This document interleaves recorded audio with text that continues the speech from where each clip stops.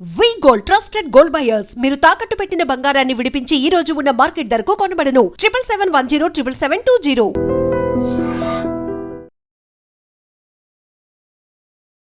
Welcome to I dream media. So ఇది బిల్వపత్రం. శివయ్యకి ఒక బిల్వపత్రం సమర్పించినంతనే మనకు అన్ని రకాల కోరికలు తీరుస్తాడని చెప్తూ ఉంటారు, శాస్త్రం చెప్తూ ఉంటుంది. అయితే ఈ బిల్వం అంటే చాలా రకాల అనారోగ్య సమస్యలను తగ్గిస్తుంది, చాలా రకాల మెడిసినల్ ప్రాపర్టీస్ ఉన్నాయని చెప్తూ ఉంటారు. దీనిలో ఉన్న మెడిసినల్ వాల్యూస్ ఏంటి, దీన్ని మనం ఎలా తీసుకోవాలి, ఇది తగ్గించే జబ్బులు ఏంటి, వివరాలు తెలుసుకుందాం. మనతో పాటు ప్రముఖ యోగా అండ్ స్పిరిచువల్ గురు అరుణాదేవి గారు ఉన్నారు. మ్యామ్ నమస్తే అండి. నమస్తే అండి. మ్యామ్ ఎప్పుడు మీరు మంచి మంచి మాటలు చెప్తూ ఉంటారు. న్యాచురల్ వేస్లో మన జీవన విధానం ఎలా ఉండాలి, ఏదైనా అనారోగ్య సమస్యలను ఎలా తగ్గించుకోవాలి, ఇలా చెప్తూ ఉంటారు. ఒక పెద్ద యోగా గురువు మీరు. ఎన్నో ఎన్నో ఏళ్ల నుంచి తెలుసు మాకు. యోగా ద్వారా, ఆల్టర్నేటివ్ మెడిసిన్ ద్వారా, ఆల్టర్నేటివ్ థెరపీస్ ద్వారా ఈ అనారోగ్య సమస్యలను తగ్గిస్తూ ఉంటారు. అయితే ఈరోజు నేను తెలుసుకోవాలనుకుంటున్నానంటే ఇది బిల్వం. బిల్వం అంటే ఒక్క బిల్వపత్రం సమర్పించినంతనే ఆ శివయ్య మనల్ని కరుణిస్తాడని చెప్తూ ఉంటారు. ఎంత మెడిసినల్ ప్రాపర్టీస్ లేకపోతే దీన్ని అక్కడ ఉంచాలని చెప్తూ ఉంటారు. అయితే దీనిలో ఉన్న మెడిసినల్ ప్రాపర్టీస్ ఏంటి, ఎలా ఉపయోగించుకోవాలి మ్యామ్? బిల్వపత్రం మనకి ఎంత పవిత్రమైందో మీకు తెలుసు. ఏక బిల్వం త్రిదళం. ఇది త్రిదళం అంటే మూడు దళాలు ఉన్నదన్నమాట. మూడు ఉంటాయి, త్రిదళము అని అంటారు. మూడు కలిసి శివుడికి త్రినేత్రుడు కదా ఆయన, అలాగా మూడు నేత్రాలు అని. సో శివుడికి ఏమీ ఇవ్వకపోయినా ఆయనకి ఏం అవసరం లేదు, ప్రసాదాలు నైవేద్యాలు, ఆయనకి ఒక్కటే మనసు ఒకటే కావాలట. మనసుతో ఒక బిల్వపత్రం మీరు అర్పించినా కూడా శివుడు వింటాడట, అది మీ కోరికలు కూడా తీరుస్తాడు అనేది శివపురాణంలో చెప్తున్నారు.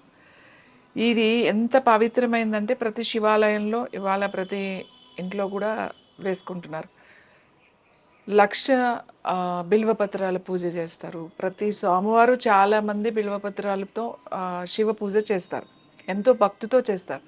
కార్తీక మాసం వచ్చిందంటే ఆ మాసం అంతా కూడా ఇది బిల్వపత్రాలు తీసుకువెళ్ళి పూజ చేస్తారు.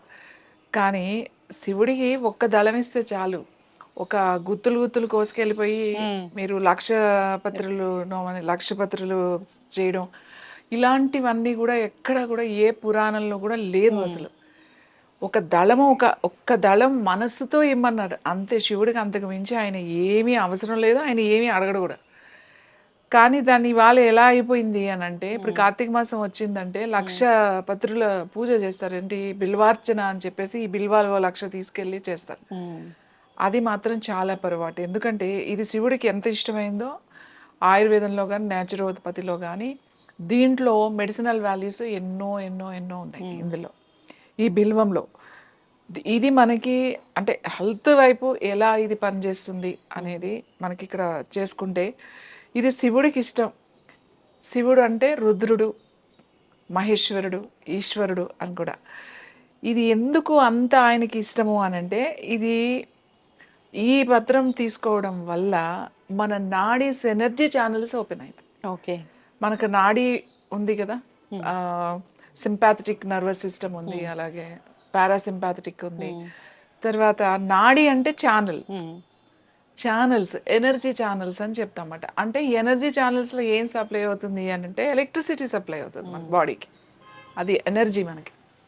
దానికి ఇది గనక మనం తీసుకుంటే ఎనర్జీ ఛానల్స్ దీనికి శుద్ధి చేసి మనకి ఎనర్జీ బాగా ఫ్లో అయ్యేటట్టుగా చేస్తుంది. మెయిన్ అది ఇంపార్టెంట్. అంటే చాలా మంది ఎనర్జీ బ్లాక్ ఉంది అని చెప్తూ ఉంటారు కదా. ఇప్పుడు నా చక్రాస్ బ్లాక్ అయిపోయినాయి, లేకపోతే నా చక్రాస్ ఓపెన్ అవ్వాలి, లేకపోతే ప్రాణాయామం చేయాలి, బాగా ఎందుకో చేయలేకపోతున్నాను, ప్రాణాయామం చేసినా కూడా నాకేమి ఎనర్జీ లేదు, ప్రాణముద్ర చేయమని చెప్తాం. ఒక్కొక్కసారి ఎనర్జీ లెవెల్స్ చాలా డౌన్ అయిపోతాయి, చాలా అస్సలు ఎనర్జీ లేదు, నాకు చేత కావట్లేదు అని ఇలాంటినప్పుడు కూడా ఈ ఒక్క దళం, ఒక్క ఆకు అంటే ఒక దళం, ఈ దళాన్ని జస్ట్ మీరు ఒక గ్లాస్ వాటర్లో ఈ దళం పూర్తిగా మంచిగా కడుక్కుని దీన్ని ఇలానే వేసేయచ్చు.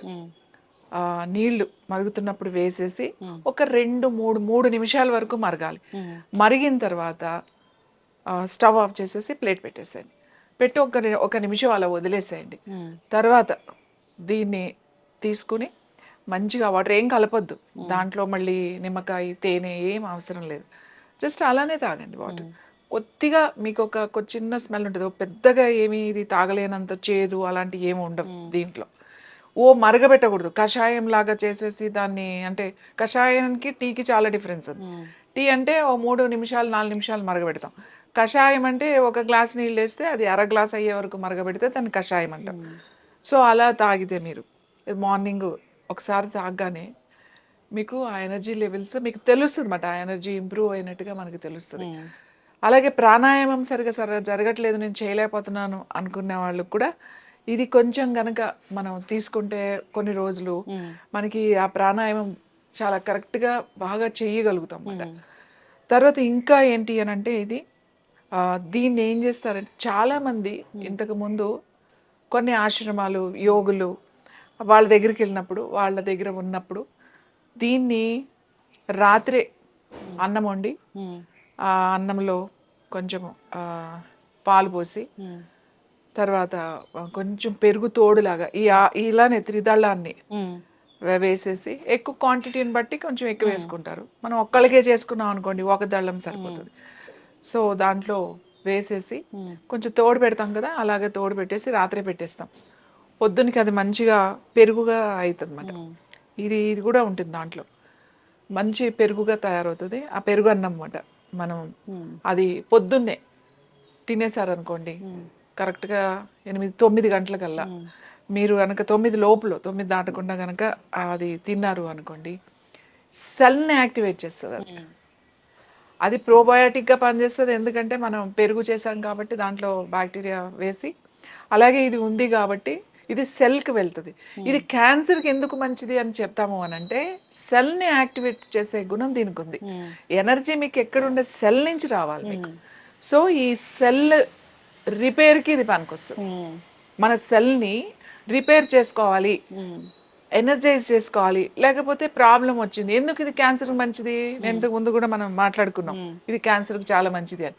ఎందుకంటే ఇది సెల్ని రిపేర్ చేస్తుంది కాబట్టి ఇది మంచిది, పవిత్రమైనది. ఏదైనా సరేనండి, ఇది చాలా పవిత్రం అనుకున్నది అది మన బాడీకి చాలా బాగా ఉపయోగపడుతుంది, చాలా చాలా చాలా ఉపయోగపడుతుంది అన్నమాట.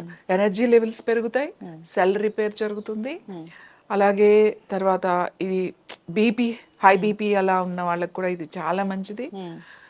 క్యాన్సర్ ఉన్న వాళ్ళు మీరు తీసుకోవచ్చు, దీన్ని టీ లాగా తీసుకోవచ్చు, లేదు అంటే ఇలా తోడు పెట్టుకుని తీసుకోవచ్చు, లేదు అంటే మనం రైస్లో పాలు పోయకుండా కొంచెం నీళ్లు పోసేసి మనం చేసుకుంటాం కదా, ఆ వాటర్ పోసేసి ఆకు కూడా పెట్టేసి పైన కొంచెం మజ్జిగ కానీ లేకపోతే ఇంత పెరుగు కానీ అట్లా వేసి ఉంచేసి పైన, తర్వాత మీరు రాత్రంతా ఉంటుంది కదా ఆ మజ్జిగలో పెరుగన్నలో, అప్పుడు ఇది మీరు పొద్దున్నే సేమ్ ఆయన అలా కూడా తీసుకోవచ్చు, లేకపోతే పాలు ఉంటే పాలు వేసి తోడు పెట్టుకుని కూడా తీసుకోవచ్చు. సో ఎక్సలెంట్గా మీకు మెడిటేషన్, ముఖ్యంగా ధ్యానం సాధన చేసేవాళ్ళు, మేము మెడిటేషన్ చేసే వాళ్ళకి చెప్తాం మీరు 3 పూట్ల తింటే కుదరదు అని చెప్తాం, ఎప్పుడైనా కూడా 2 పూట్ల తినండి. ఇంకా అడ్వాన్స్డ్ స్టేజ్లోకి వెళ్ళిన వాళ్ళు అసలు వాళ్ళకి ఎప్పుడో వచ్చినప్పుడు తింటారన్నమాట, లేకపోతే ఒకసారి ఆ తిన్నప్పుడు ఇది గనక వాళ్ళకి వేసుకుని ఇలా తయారు చేసుకుని తింటారన్నమాట. అంటే ఆ ఎనర్జీ లెవెల్స్ని బాగా ఇంప్రూవ్ చేస్తుంది అని. ఇదేమో నమ్మకం కాదు, దిస్ ద సైన్స్. దీంట్లో ఉన్న మెడిసినల్ ఏవైతే ఉన్నాయో ఆ వాల్యూస్ మనకి దాని ద్వారా ఇది వస్తుంది. ఇంకా దీనితో కూడా మెడిటేషన్ చేయొచ్చు, అంటే దాని తెలిసి ఉండాలి దీని గురించి. మనం ఎందుకు శివుడికి ఇది ఇచ్చి అక్కడ కూర్చోమని మనం ఎందుకు చెప్తాము, ఇది శివుడికి ఇష్టమా అంటే శివుడికి కాదు, మనకి ఇష్టం. శివుడు అంటే ఇక్కడ ఎవరు, ఒక ఎనర్జీ, ఒక శక్తి, ఒక యూనివర్సల్, ఈ సృష్టిని అంతటిని నడిపించే అంత ఒక గొప్ప శక్తి. అదే శక్తి నీ లోపలే ఉంది. ఎక్కడుంది, నీ సెల్ లోపల ఉంది. సో ఆ సెల్ లోపల ఆ సెల్ ఎనర్జైజ్ చేసుకోవాలి అని అంటే ఆ శక్తికి ఇది అవసరం, చాలా అవసరం అన్నమాట. మనకి ప్రతిదీ కూడా ఇది చాలా ముఖ్యం. ఇప్పుడు మనం వినాయక చవితి జరిగింది, ఎన్ని పత్రులు పూజలు చేస్తాం, అన్నీ కూడా మెడిసినల్ వాల్యూస్ ఉన్నాయి. ఇవి మనిషికి, మానవుడు అన్నవాడికి ఇది ముఖ్యమైనది అని చెప్పడానికే ఈ పత్రులు వాళ్ళ గుర్తుగా మనం వేసుకుంటాం. అంతేగాని ఇది తీసేసుకుని 1,00,000 పత్రులు 1,00,000 ఆకులు తీసుకెళ్లి శివుడికి పూజ చేస్తే మనం డైరెక్ట్గా కైలాసానికి వెళ్ళిపోవచ్చు అని అనుకోవడం అది పొరపాటు. ఒక ఆకు తీసుకెళ్ళి ఆయనకి మనస్ఫూర్తిగా పెట్టినా కూడా చాలు, అంతకు మించి ఏమీ అవసరం లేదు. చలువ చేస్తుందా మ్యామ్ ఇది?